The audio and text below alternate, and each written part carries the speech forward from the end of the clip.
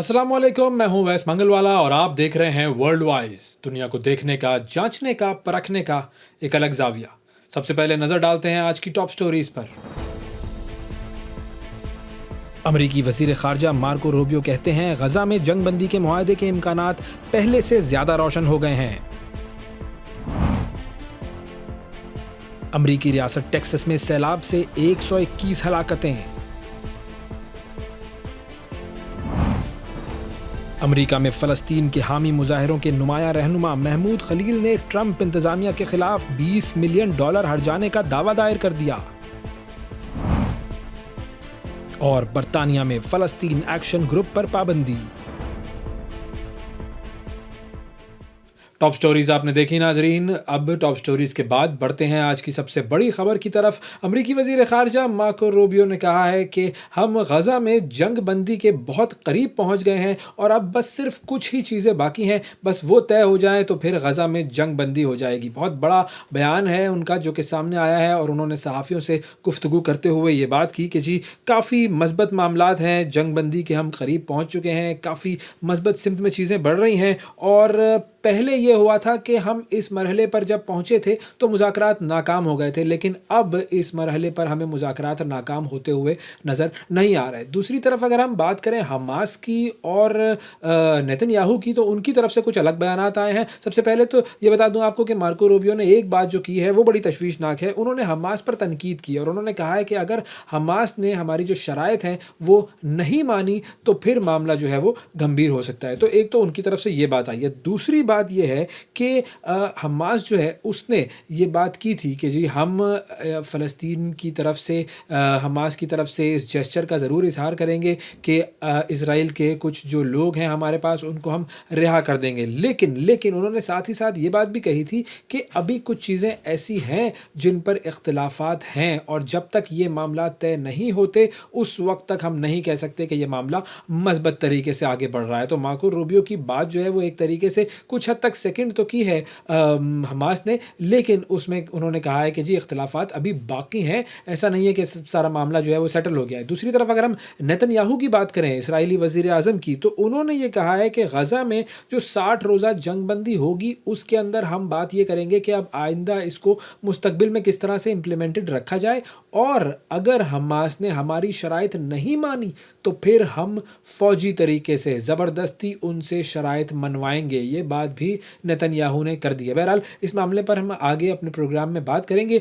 आपको लेकर चलते हैं अगली खबर की तरफ और अगली खबर है जी अमेरिका के फ्लड्स के हवाले से। टेक्सास में जो सैलाबी सूरत हाल पैदा हुई है, बहुत ही शदीद ख़तरनाक मामला है जी, और इसमें अब तक 121 लोगों की हलाकतों की खबर आ चुकी है और इसके अलावा 173 लोग ऐसे हैं जो कि अभी तक मिसिंग हैं, जिनके बारे में कुछ नहीं पता कि वो कहाँ पर मौजूद हैं। तो अब उनमें से भी ज़ाहिर है कुछ की खबरें आएंगी। सबसे ज़्यादा मुतासिरा जो इलाका है उसका नाम है जी कैर काउंटी, और अगर कैर काउंटी के मैं स्टैटिस्टिक्स आपके सामने रखूं तो वहाँ पर जी 96 लोगों की मौत हुई और उन 96 लोगों में से 36 जो थे वो बच्चे थे। अच्छा, अब इसमें एक और बड़ा नाखुशगवार वाक़या पेश आया था और वो वाक़या था 27 लड़कियों की मौत का। और ये जो 27 लड़कियां हैं इनका ताल्लुक़ था जी कैंप मिस्टिक से। ये बेसिकली कैंप मिस्टिक जो है ये एक all girls Christian summer camp था और ये समर कैंप का इनेकाद हो रहा था और उसमें जो है वो तूफ़ान की ज़द में ये लोग आए और फिर 27 लड़कियां जो हैं वो इसमें हलाक हुई। अच्छा, अब इसमें भी एक और बात जो कि बड़ी अहम है वो ये है कि ये जो समर कैंप है ये ग्वाडालुपे रिवर जो है उसके किनारे हो रहा था और वहाँ पर बहुत सारी ऐसी इमारतें बनी हुई हैं, घर बने हुए हैं, इस तरह के रिज़ॉर्ट टाइप जगह बनी हुई हैं जहाँ पे लोग आके रहते हैं। लेकिन ये जो जगह है ये बहुत ख़तरनाक जगह है और ये डायरेक्टली पानी का जो रास्ता है उसके दरमियान ये घर और रिज़ॉर्ट टाइप जगह जो है वो बनी हुई थी।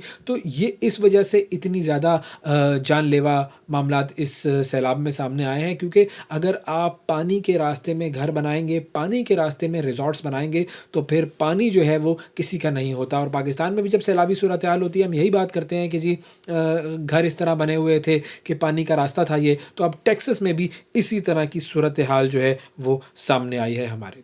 अगली खबर एक और बड़ी अहम शख्सियत की बात करते हैं जी। और ये जो खबर है ये है जी महमूद खलील की तरफ के हवाले से। महमूद खलील को हम सब जानते हैं जी, एक बहुत ज़बरदस्त, एक बहुत बड़े एक्टिविस्ट फ़लस्तीन के हवाले से अमेरिका ने में जिन्होंने आवाज़ उठाई और कोलंबिया यूनिवर्सिटी से इनको फिर गिरफ़्तार किया गया था, आइस नामी जो इदारा है, और इनको इनकी जो हामला बेगम थी उनके सामने से गिरफ़्तार किया और फिर उसके बाद मुकदमा चला। 3 महीने के बाद उनकी रिहाई हुई और अब रिहाई के बाद उन्होंने अमरीकी हुकूमत पर ही मुकदमा दायर कर दिया है और उन्होंने जो है वो $20 मिलियन हर्जाना जो है उसका मुकदमा किया है अमरीकी हुकूमत पर। और ये $20 मिलियन जो हैं ये तकरीबन बनते हैं पाकिस्तानी कोई तकरीबन 56 करोड़ रुपए। तो 56 करोड़ रुपए के हर्जाने का मुकदमा दायर किया है महमूद खलील ने।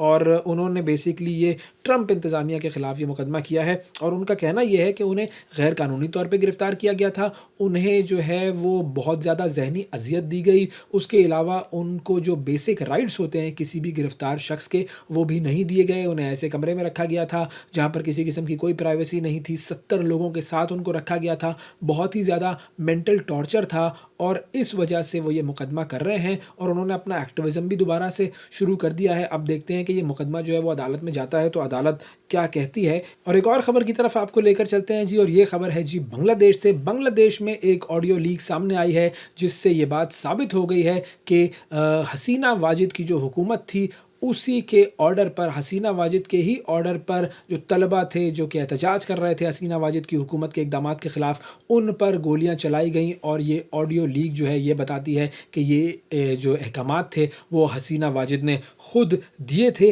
बीबीसी के बेसिकली ये एक रिपोर्ट शाया हुई है, बीबीसी का तहकीकाती यूनिट है और बीबीसी आई जो है उसके अंदर ये रिपोर्ट सामने आई है। ये मार्च में ऑडियो लीक हुई थी और इस ऑडियो में शेख हसीना वाजिद जो हैं वो सिक्योरिटी फोर्सेस से कह रही हैं कि ये जो स्टूडेंट्स हैं जो कि मुजाहिरे कर रहे हैं उनके ऊपर हथियार इस्तेमाल करने की इजाज़त दी उन्होंने सिक्योरिटी फोर्सेस को।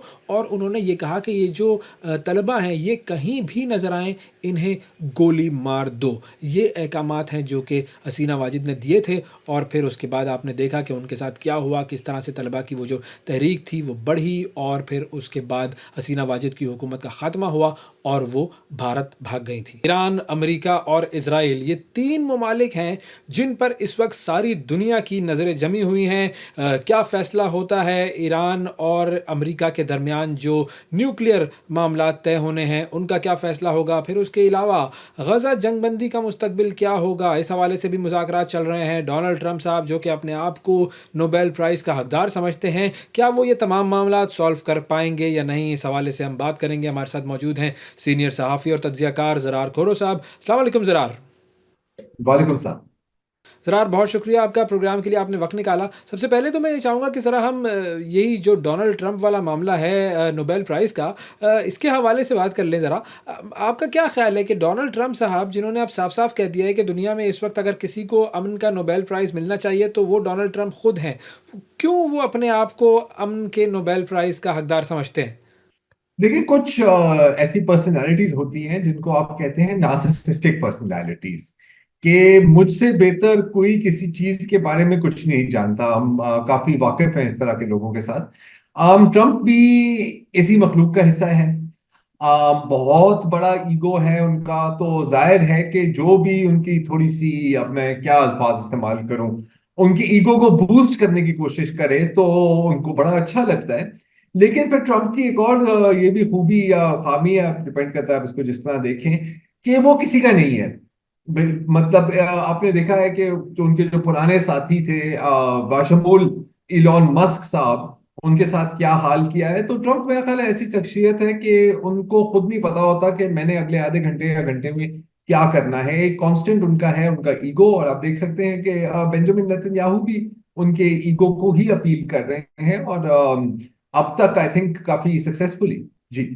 अच्छा चलें, पाकिस्तान का मामला तो समझ में आता है कि पाकिस्तान ने क्यों उनको नॉमिनेट किया नोबेल प्राइज़ के लिए। ज़ाहिर है पाकिस्तान इंडिया की जंग हो रही थी और न्यूक्लियर ममालिक हैं दोनों, ये मामला बहुत ख़तरनाक हो सकता था और उन्होंने जंग रुकवाने में बड़ा अहम किरदार अदा किया। तो इस वजह से पाकिस्तान का तो बनता है कि वो उन्हें नोबेल पीस प्राइज़ के लिए नॉमिनेट कर दे। लेकिन इसराइल क्यों उन्हें पीस प्राइज़ के लिए नॉमिनेट कर रहा है? इसराइल और फ़लस्तीन का तो मामला अभी चल रहा है, वहाँ तो फड्डा चल रहा है अभी। नहीं, देखिए, फटा चल रहा है या नहीं चल रहा है, इससे तो देखें अब देखिए, असलियत और परसेप्शन में बहुत एक बड़ा फर्क आ गया है। इसराइल को पता है कि वहां पे फटा चल रहा है। इसराइल ये भी कहता है कि जी हम तो सिर्फ अपने आप को डिफेंड कर रहे हैं। तो इसराइल जो कहता है और जो हकीकत होती है उसमें एक बहुत, उनके बीच एक बहुत बड़ी खला है। जाहिर है, जैसे मैंने अभी आपको यही बताया था, मैं वो दोबारा वही बात दोहराऊंगा कि वो बेसिकली ट्रंप को खुश करना चाह रहे हैं, सीधी सीधी बात है। और क्यों खुश करना चाह रहे हैं ये भी वाजह है, क्योंकि अमेरिका नंबर वन सपोर्टर है इसराइल का। अगर अमेरिका 24 घंटे उनको असलहा सप्लाई ना कर रहा हो, उनको डिप्लोमेटिक कवर ना दे रहा हो, तो इसराइल तो इस पोजीशन में भी नहीं है कि वो 3 महीने जंग लड़ सके। ये तो उनके अपने जर्नैलों ने इस बात का एतराफ किया है। तो जाहिर है कि यूएस की सपोर्ट इसराइल के लिए एक एग्जिस्टेंशियल सवाल है ना। तो वो तो कुछ भी करेंगे कि ना सिर्फ ट्रंप बल्कि अमेरिकन पब्लिक और बिलखसूस अमेरिकन कांग्रेस, जिनको ज्यादातर एपैक और मुख्तलिफ लॉबीज ने खरीदा हुआ है। और ये मैं ऐसी एक महज दावे के बुनियाद पे नहीं कह रहा, ये डॉक्यूमेंटेड फैक्ट है। कुछ लोगों को तो मिलियंस ऑफ डॉलर्स दिए हैं इन लोगों ने। और अब तो एपैक वाले खुल के कहते हैं कि जी हमारे साथ रहोगे तो आप सीट जीतोगे, अगर आप इसराइल फर्स्ट की पॉलिसी अपनाओगे अमेरिका में तो फिर आप अपनी सीट जीतोगे, नहीं तो आपका करियर खत्म। तो obviously it is in Israel's crucial interest to stay on the good side of America. और ताकि ये जो वहां से उनको लंगर मिल रहा होता है और जो 24 घंटे मिलिट्री सप्लाईज मिल रही होती हैं, डिप्लोमेटिक सप्लाई सपोर्ट मिल रही होती है, ये कायम रहे। ये इन दोनों का वजूद का मामला है ना जी। अच्छा, अब जो ये हमास और इज़राइल के दरमियान एक तरीके से ये मुज़ाकरात जारी थे और मामला लग रहा था, डोनाल्ड ट्रंप ने ऐलान भी कर दिया था कि जी 1 हफ़्ते में यहाँ पर जंगबंदी हो जाएगी। तो अब ये मामलात क्यों ऐसा लग रहा है कि दोबारा से फिर खटाई में पड़ गए हैं और अब शायद कोई मुआहदा हो या ना हो? ये इस बारे में क्या कहेंगे आप? सर, इशू ये है कि अभी तक जो इसराइल की जो खून की प्यास है वो अभी तक पूरी नहीं हुई।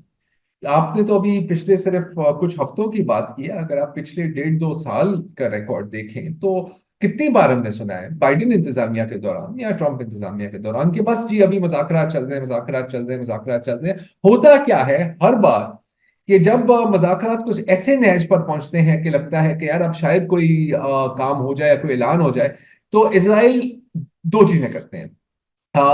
एक तो वो एकदम से कंडीशंस तब्दील कर देते हैं कि नहीं जी हम ये भी चाहते हैं, हम वो भी चाहते हैं। और उनको पता है कि ये जाहिर है कि किसी को कबूल नहीं होंगी, या कम से कम हमास को कबूल नहीं होंगी। फिर जब ये रिजेक्ट होता है तो पूरे वेस्टर्न मीडिया में हेडलाइन बनती है, Hamas rejects cease fire deal. और वो ये कभी नहीं बताते कि असल में एन वक्त पर जो शराइत थे सीज फायर की, वो इसराइल ने तब्दील किए यूएस की मुकम्मल हिमायत के साथ। एक बात ये है। दूसरी चीज वो क्या करते हैं, जैसे आप अभी देख रहे हैं, आज की अगर हम बात करें, पिछले 2-3 रोज की बात करें, कि वो इतना वो कत्लेआम दोबारा जारी कर देते हैं। और कत्लेआम तो चले हर रोजाना ही हो रहा होता है, लेकिन फिर वो 100, 150, 200 लोग कत्ल करने की कोशिश करते हैं ताकि again conditions on the ground तब्दील हो। देखिए, इसराइल का एजेंडा में ये जो बातें होती है ना कि जी अभी बस जंग बंदी का ऐलान होने वाला है, अभी मार्को रूबियो साहब कह रहे हैं कि जी बस वी आर वेरी होपफुल।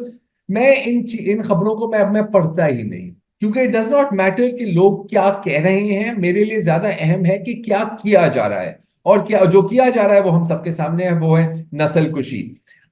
इस वक्त हम ये भी देख रहे हैं कि इसराइल के जो डिफेंस मिनिस्टर हैं काट्स, उन्होंने कहा है कि जी हम एक कैंप बनाएंगे, एक बहुत खूबसूरत कैंप बनाएंगे जहां पर हम गजा की आबादी को कॉन्सेंट्रेट करेंगे, यानी कॉन्सेंट्रेशन कैंप।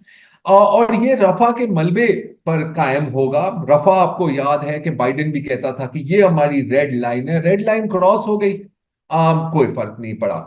और इस कैंप के में जो होगा वो बड़ा एक दिलचस्प मंसूबा है कि आप एक तो आपको रजिस्टर करके इस कैंप में जाना होगा, फिर आप इस कैंप से कभी निकल नहीं सकते अनलेस के आप गजा को ही छोड़ के जा रहे हैं, किसी और मुल्क में आप सेटल होने की कोशिश कर रहे हैं, जो आपको पता है कि नेतन्याहू का भी मंसूबा है और ट्रंप का भी मंसूबा था, ट्रंप रिवियरा को जिसको हम कहते हैं। और ना सिर्फ ये कि गजा के जो रिहायशी इस कैंप में नहीं होंगे, उनको फिर हम समझेंगे कि आप सबके सब दहशतगर्द हैं, आप सबके सब हमास हैं, और फिर आप सबके सब वाजिबुल कत्ल हैं, जो पहले भी हैं लेकिन इस वक्त ऑफिशियल हो जाएगा। इसके साथ साथ टोनी ब्लेयर, नाम तो सुना होगा आपने, इराक वॉर के एक बहुत बड़े सपोर्टर थे। अभी हाल में उन्होंने बड़ी गिड़गिड़ा के माफी भी मांगी है कि जी बड़ी गलती हो गई थी। टोनी ब्लेयर का जो इंस्टीट्यूट है जिसका काम है पॉलिसी रिफॉर्म और इंतहा पसंदी के साथ निपटना, उन्होंने भी एक बहुत खूबसूरत नक्शा बनाया है मुस्तकबिल के गजा का, जिसमें एक इलॉन मस्क टेक्नोलॉजी सेंटर है, एक ट्रम्प रिवियरा है, फिर मोहम्मद बिन सलमान, शाह मोहम्मद बिन सलमान के नाम का एक हाईवे है। इस तरह के मंसूबे बन रहे हैं। तो इसराइल ने ये जंग उस वक्त तक नहीं रोकनी जब तक उनको रोका जाए, और कोई ये करने के लिए तैयार नहीं है, आप अच्छी तरह से जानते हैं, या उनके मकासद पूरे ना हो। और मकासद ये नहीं है, जाहिर है हम सब जानते हैं, तो अब बच्चा बच्चा जानता है, ये नहीं है कि हम हमास के वजूद को खत्म करें, ये है कि हम गजा के वजूद को खत्म करें। और अब तक वो कामयाबी से ये काम कर रहे हैं। आई हैव टू से, आई एम सॉरी टू से, अभी एक नई तहकीक के मुताबिक गजा के जो आबादी थी वो तकरीबन थी 22 लाख, अब वो 18 या 17 लाख पर आ गई है। यानी कि 4 लाख लोग या तो कत्ल हुए हैं या तो लापता है। तो the genocide is proceeding according to plan owes. अच्छा, इजराइल ने तो पहले भी ये कहा है कि वो टू स्टेट सोल्यूशन को नहीं मानते, और अब तो नेतन्याहू ने बिल्कुल खुल्लम खुल्ला वाज़े अल्फाज में कह दिया है कि टू स्टेट सोल्यूशन को हम नहीं मानते, और अगर आज़ाद फ़लस्तीनी रियासत का क़याम अमल में आया तो ये इसराइल के लिए सबसे ख़तरनाक बात होगी। तो फिर ऐसी सूरत हाल में टू स्टेट सोल्यूशन, जिसके हवाले से दुनिया के बहुत सारे ममालिक कहते हैं कि जी यही होना चाहिए, यही इम्प्लीमेंट होना चाहिए, ये इम्प्लीमेंट हो सकता है या नहीं हो सकता? कुछ तो कहना होता है। टू स्टेट सोल्यूशन यार एक इंतहाई थका हुआ जुमला है। हम सबको पता है कि ऐसी कोई चीज मुमकिन नहीं है। अगर कोई फलस्तीनी रियासत बनती भी है तो वो एक बंतुस्तान वाली रिपब्लिक होगी, जिस तरह जनूबी अफ्रीका में एक वक्त पे ना ये स्याह फामों के लिए उन्होंने एक छोटी छोटी नाम नेहाद रियासतें बनाई थी, उस तरह की होंगी। Ultimate plan is extinction, elimination, emigration.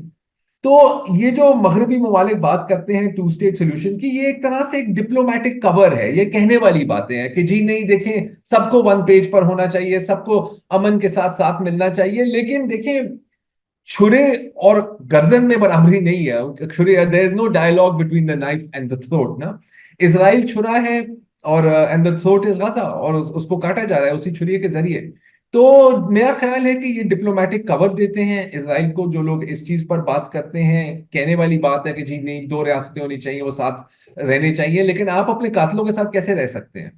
और वो इंतजार कर रहे हैं कि यार बस अब नेतन्याहू अपना काम मुकम्मल करे ताकि बिजनेस एज यूजुअल हो, और फिर इब्राहिम अकॉर्ड्स को हम 2.0 वर्जन लाएं और सब हंसी खुशी खेलते रहें। यही है तो मेरे नजर में, यही है, इसके अलावा और कुछ नहीं। जी, मैं अभी अब्राहम अकॉर्ड्स पर ही आने वाला था। तो ये जो अब्राहम अकॉर्ड्स 2.0 है, आपके ख्याल में ये क्या है या क्या होगा?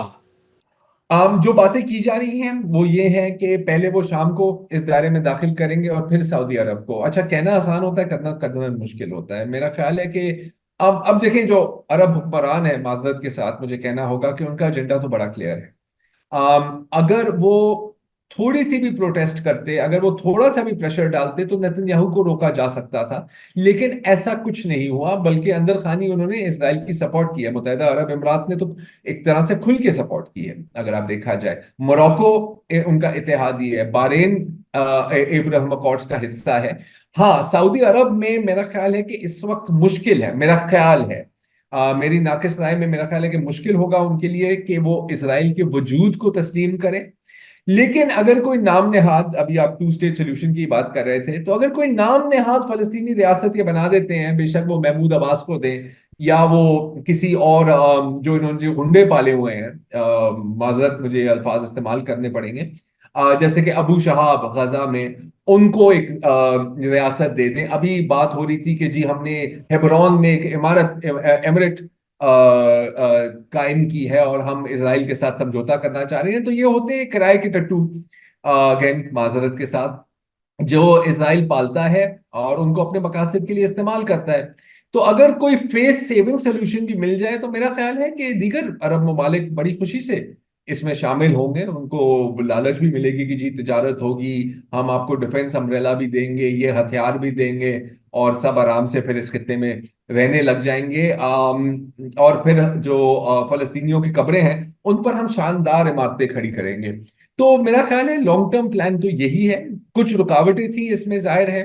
हिजबुल्लाह एक रुकावट थी, लेबनान एक लिहाज से, हुसी जो है यमन में, ईरान एक रुकावट थी। और आप ये भी देखें कि एब्राहम अकॉर्ड्स जो ओरिजिनली ट्रम्प के जो पहले दौर में साइन किए गए थे, वो एक तरह से टू कंटेन ईरान भी थे ना, क्योंकि वो चाह रहे थे कि हम एक नया सिक्योरिटी इंफ्रास्ट्रक्चर बनाएं इस पूरे खित्ते में, मिडिल ईस्ट में, with Israel and the US in the centre. तो अब आप सिक्योरिटी आर्किटेक्चर बनाते हैं तो सवाल बनता है कि किसके खिलाफ बन रहे हैं आप। एवं मतलब अल्लाह वास्ते तो नहीं बनाते ना कोई भी military alliance. It has a target, it has an objective, it has a purpose. Purpose था ईरान को कंटेन करना। अब मेरा ख्याल है कि जो हमने पिछले कई माह में, पिछले साल 1.5 साल में देखा है, काफी हद तक ईरान कंटेन हो गया है। हिजबुल्लाह को जो नुकसान पहुंचा है, बशार अल असद की जगह अहमद शरा आ गए, तो एक बहुत वाइटल जो लिंक था, फिजिकल ग्राउंड लिंक था ईरान और लेबनान के बीच, वो कट गया है। और बल्कि कट नहीं गया, सिर्फ कट नहीं गया, शाम की जो हुकूमत है वो हॉस्टाइल है टू ईरान। बचे हुसी जो उनके वाहिद अब इत्तेहादी रह गए हैं। और जहां तक ईरान की बात है, तो फिर आपने देखा कि इस जंग में इसराइल और यूएस ने मिलकर, ना सिर्फ इसराइल और यूएस ने मिलकर साथ दिया, बल्कि जो रस्ते में जो अरब ममालिक आते हैं, उन्होंने भी तो अपना किरदार पूरा किया था ना वहां पे। उन्होंने भी अपना हिस्सा डाला था। ईरानियन मिसाइल्स और ईरानियन ड्रोन्स और ईरानियन वेपनरी को इंटरसेप्ट करने का उन्होंने खुद खुद अपनी एयर स्पेस खोल दी थी to the US, to Israel. तो ये एक इंटरेस्टिंग पहलू है कि अब क्या इंसेंटिव है अरब स्टेट्स के लिए कि वो इस इंफ्रास्ट्रक्चर में साइन अप करें। मेरा ख्याल है कि बहुत अरब हुक्मरान होंगे, मैं ममालिक का लफ्ज नहीं यहाँ पर इस्तेमाल करूंगा, बहुत अरब हुक्मरान हैं जो चाहेंगे कि यार हम अपनी तख्त और अपनी कुर्सी को मजबूत करने के लिए इस अलायंस का हिस्सा बने। लेकिन आखिरकार इवन मोनार्क्स, इन बादशाहों और डिक्टेटर्स और आमरों को भी, फौजी आमरों को भी कहीं ना कहीं पब्लिक ओपिनियन को भी मद्देनजर रखना होता है। और इस वक्त जो पब्लिक ओपिनियन है, अरब स्ट्रीट जिसको हम कहते हैं, और वो तो मेरा ख्याल है कि 99% शदीद एंटी इसराइल है। तो इन सारी चीजों को बैलेंस करके रखना होगा। सबसे बड़ा स्पॉइलर इसमें मेरी नजर में खुद इसराइल ही है, क्योंकि इसराइल एक ऐसा मुल्क है जिसको जमीन की लालच है। ना सिर्फ जमीन की लालच है, बल्कि खून भी, मतलब एक ब्लड थर्स्टी किस्म की नेशन है। और आप देख सकते हैं वहां पर खुल के बात होती है इरेक्ट इसराइल, ग्रेटर इसराइल की, कि भाई हमें शाम का भी खिता चाहिए, जिसको काफी खिते पर, के हिस्से पर, रकबे पर तो वो काबिज भी है वहां पर। हमें जनूबी लेबनान भी चाहिए, हमें मिस्र के भी टुकड़े चाहिए, हमें सऊदी अरब के भी टुकड़े चाहिए। तो जब आप इस तरह के रियासत के साथ डील कर रहे हैं, एक genocidal, murderous, psychopathic, expansionist regime के साथ डील कर रहे हैं, तो कोई भी मुआहदा ज्यादा देर चल नहीं सकता। हमने देखा है ईरान के लेबनान के साथ इनके मुआहदे कितनी देर चले, बमबारी अभी भी जारी है। शाम में इनके साथ मुज़ाकरात चल रहे हैं, बमबारी अभी भी जारी है। तो अल्टीमेटली मेरी नजर में इसराइल ही एब्राहम अकॉर्ड्स को सैबोटाज करेगा। Let's see. और फाइनली ज़रा ये बताइएगा कि अभी ईरान के जो वज़ीर ख़ारजा हैं अब्बास अराग़ची साहब, उनकी मुलाकात हुई है मोहम्मद बिन सलमान साहब से। ये दोनों ममालिक जो हैं वो किस कदर करीब आ रहे हैं, और इनकी क़ुर्बत जो है ये मिडिल ईस्ट पर किस तरह से असर डालेगी? देखिए, ये कोशिशें काफी सालों से चल रही हैं। अगर आप थोड़ा सी तारीख में जाएं, तो अगर आप पिछले 2-3 साल भी देखें, तो इनकी मुलाकातें हुई हैं। बल्कि चीन ने भी सालिसी करने की कोशिश की है। लेकिन अगेन मैं ज्यादा पुरुमीद नहीं हूं। मेरा ख्याल है कि जो खलीजी रियासतें हैं और जो सऊदी अरब है, मेरा नहीं ख्याल कि उनको को बहुत ज्यादा अफसोस होगा कि ईरान की अस्करी कैपेबिलिटीज को बिल्कुल ही खत्म किया जाए, ईरान के इन्फ्लुएंस को खत्म किया जाए, ईरान के जौहरी प्रोग्राम को खत्म किया जाए। मेरा ख्याल है कि वो कहते हैं ना कि हाथी के दांत दिखाने वाले और खाने वाले और। तो दिखाने वाले दांतों में तो सब यही कहते हैं ना कि नहीं जी, देखें, मुज़ाकरात होनी चाहिए, अमन होनी चाहिए, किसी पर बमबारी नहीं करनी चाहिए, बुरी बात। लेकिन असल में वो, मेरा ख्याल है कि काफी खुश हैं इस सूरत हाल से, स्पेशली जिस तरह ईरान को कॉर्नर, कंटेन और डिप्लीट किया गया है। जी। बहुत शुक्रिया अदा करेंगे, ज़रार खोरो हमारे साथ मौजूद थे और बात हो रही थी ईरान, इज़राइल और अमेरिका, ये तीनों ममालिक अब आगे क्या करने जा रहे हैं इस हवाले से। और अब रुख करते हैं बरतानिया का, जहाँ पर पैलेस्टाइन एक्शन ग्रुप नामी एक तंजीम पर पाबंदी लगाई गई है। अब ये पाबंदी जो है वो क्यों लगाई गई है और किस तरह इसका इतलाक़ होगा। कहा यह गया है कि जो भी इस तंजीम से जुड़ा होगा उसे 14 साल कैद की सज़ा दी जाएगी। इरफानुल हक साहब हमारे साथ मौजूद हैं, ब्यूरो चीफ़ हैं बरतानिया के, उनसे बात करते हैं। अस्सलाम वालेकुम इरफान साहब, बहुत शुक्रिया आपका प्रोग्राम के लिए, आपने वक्त निकाला। सबसे पहले अगर हमें थोड़ा सा ये गाइड कर सकें कि पैलेस्टाइन एक्शन ग्रुप जो है उसके ऊपर जो पाबंदी लगाई गई है वो किस एक्ट पर लगाई गई है, कैसे उसका इतलाक़ होगा। जी बिल्कुल, फ़लस्तीन एक्शन ग्रुप को जो है वो बरतानवी हुकूमत ने दहशतगर्द तंजीम डिक्लेयर करते हुए उसके ऊपर जो है वो पाबंदी आयद कर दी है। ये फैसला जो है इस वाक़े के बाद पेश आया जब ऑक्सफोर्ड में रॉयल एयर फोर्स के एक बेस के ऊपर हमला हुआ, जब यहाँ पे जब जेट तैयारे खड़े थे जिनके ऊपर सुर्ख रंग जो है वो डाल दिया गया और उसने फ़लस्तीन एक्शन ग्रुप ने इसकी ज़िम्मेदारी कबूल की। उसके बाद 2 जुलाई को बरतानवी हुकूमत ने पार्लियामेंट में एक करारदाद पेश की जिसको भारी अक्सरियत से जो है वो मंजूर कर लिया गया, जिसमें ये कहा गया कि फ़लस्तीन एक्शन ग्रुप की सरगर्मियाँ देखते हुए इनको दहशतगर्द तंजीम जो है वो डिक्लेयर कर दिया जाए। इसके हक़ में इसकी पाबंदी के हक़ में 385 मेंबरान पार्लियामेंट ने वोट दिया, जबकि सिर्फ 26 नुमाइंदगान ऐसे थे जो इस करारदाद के ख़िलाफ़ थे। तो दहशतगर्दी एक्ट 2000 के तहत गवर्नमेंट ने प्ली लेते हुए इमलाक के ऊपर हमले की प्ली लेते हुए फ़लस्तीन एक्शन ग्रुप के ऊपर जो है वो पाबंदी आयद कर दी है, उसको दहशतगर्द तंजीम डिक्लेयर कर दिया है। अब ये है कि आप फ़लस्तीन एक्शन ग्रुप किसी भी किस्म की यहाँ पे सरगर्मी जो है वो अपनी जारी नहीं रख सकता, ना अपने झंडा निकाल सकता है, ना अपना बैज लगा सकता है, ना किसी किस्म की एक्टिविटी जो है यहाँ पे हो सकती है। अच्छा, ये जो ग्रुप है इसको कब बनाया गया था, कौन लोग इसमें शामिल हैं, मकसद क्या है इस ग्रुप का। जी, फ़लस्तीन एक्शन ग्रुप जो था ये फ़ाल हुआ है 2020 में, जब हमास और इसराइल के दरमियान जंग शुरू हुई, हमले शुरू हुए, तो ये ग्रुप जो है वो खुलकर सामने आया और इसमें ज़्यादातर जो लोग थे वो यहाँ के मकामी लोग हैं, जो जिनका नज़रिया जो है वो एंटी वार समझा जाता है। वो समझते हैं कि जंगें जो हैं वो नहीं होनी चाहिए, या फिर वो किसी भी जंग में जहाँ पे इंसानी हकूक़ की खिलाफ वर्जियाँ हो रही हों उसमें बरतानिया की मदाखलत के ख़िलाफ़ ये जो ग्रुप था वो समझा जा रहा था। इनका 1 पॉइंट एजेंडा था कि बरतानिया के असला साज जो फैक्ट्रियाँ हैं वो अपनी सप्लाई जो है वह इसराइल को बंद करें। उस वाले से उन्होंने फ़ाल किरदार अदा करने का फ़ैसला किया। उन्होंने यहाँ पे जितने भी इसराइल के ख़िलाफ़ और फ़लस्तीन के हक़ में मुज़ाहरे हुए, फ़लस्तीन जो एक्शन ग्रुप है उसमें हमें फ़ाल नज़र आया। उसके अलावा यहाँ पे उन्होंने पार्लियामेंट्स के बाद भी एहतजाज किए। उन्होंने यहाँ पे कैंपेन्स की इस हवाले से कि बरतानिया जो है, गवर्नमेंट जो है, यहाँ पे असला साज फैक्ट्रियाँ जो हैं उनको पाबंद करे कि वो इसराइल को अपनी सप्लाई असले की सप्लाई जो है वो रोके। तो ये ग्रुप जो है वो 2020 में बना और अब जो है 2025 में इसके ऊपर जो इसको दहशतगर्द ग्रुप डिक्लेयर करके इसके ऊपर पाबंदी लगा दी गई है। अच्छा, अब ये जो बात हो रही है कि जी इसको एक दहशतगर्द तंजीम करार दे दिया गया है, तो बरतानिया में किस किस काम को दहशतगर्दी के ज़ुमरे में लिया जाता है कानूनी तौर पर, और क्या इस तरह की जो पाबंदियां हैं वो और दीगर तंजीमों पर भी लगाई गई हैं।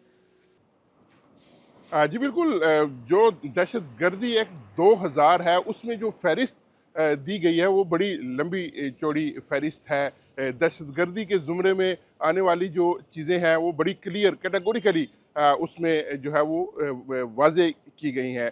जहाँ पे किसी को अपने किसी भी अपने मजहबी हों या सियासी हों नज़रियात के लिए किसी को धमकी देना, मारने की धमकी देना या कत्ल करने की धमकी देना या बम ब्लास्ट की धमकी देना, इसको ये दहशतगर्दी एक्ट में आते हैं। उसके साथ साथ यहाँ पे सरकारी इमलाक को या किसी भी इमलाक को नुकसान पहुँचाना वो दहशतगर्दी के ज़ुमरे में आता है। यहाँ पे दीगर भी यहाँ पे जितना भी यहाँ पे मवासलाती निज़ाम है या सरकारी मामलात में रुकावट डालना, चाहे वो मवासलाती निज़ाम रेल का हो, जहाज़ों का हो या बसों का हो, उसमें रुकावट डाल के अपने मकासद के लिए उनमें किसी किस्म का दखल अंदाज़ी करना, ये सारी चीज़ें जो हैं वो दहशत गर्दी के ज़ुमरे में आती हैं। और काफ़ी सारी तंजीमात यहाँ पे ऑलरेडी इस पाबंदी का निशाना बन चुकी हैं। बड़ी मशहूर यहाँ पे एक तंजीम थी अल महाजरून,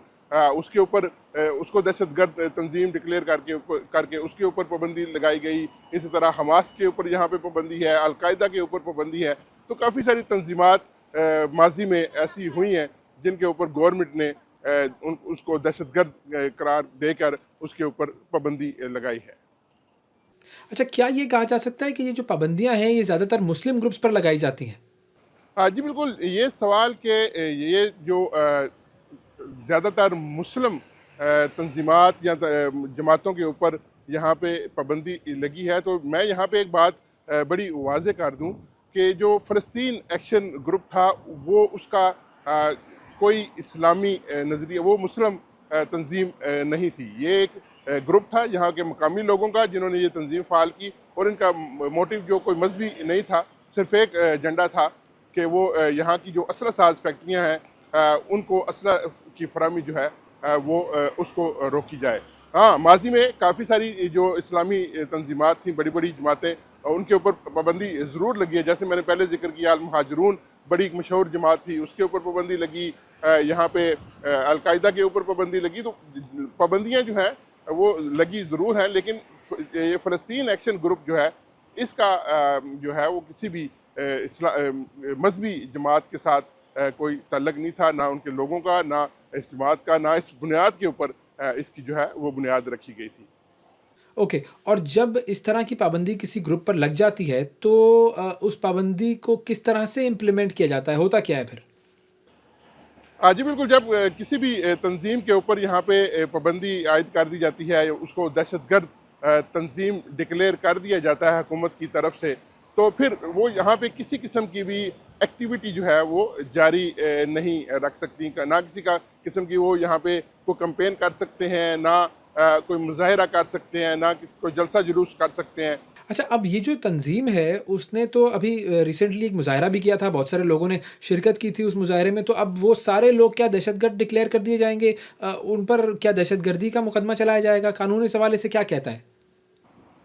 जी बिल्कुल। जब ये तंजीम हुकूमत जो है इस हवाले से बातें चल रही थी, नई तरमीम लाने का पार्लियामेंट में बात हो रही थी, तो उस वक़्त भी इस तंजीम के हक़ में मुज़ाहरे हुए।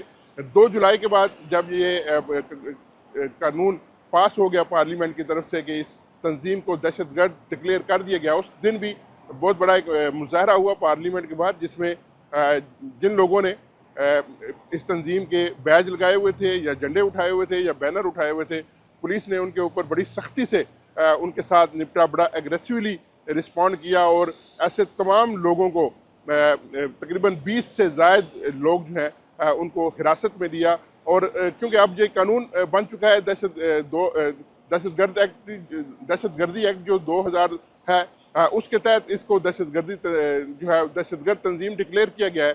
तो ऑब्वियसली अब जितने भी लोग इन सारी सूरत हाल में गिरफ्तार होंगे उनके साथ ऐसे ही निपटा जाएगा, और उनके ऊपर दहशतगर्दी की दिफात जो है वो लगाई जा रही हैं।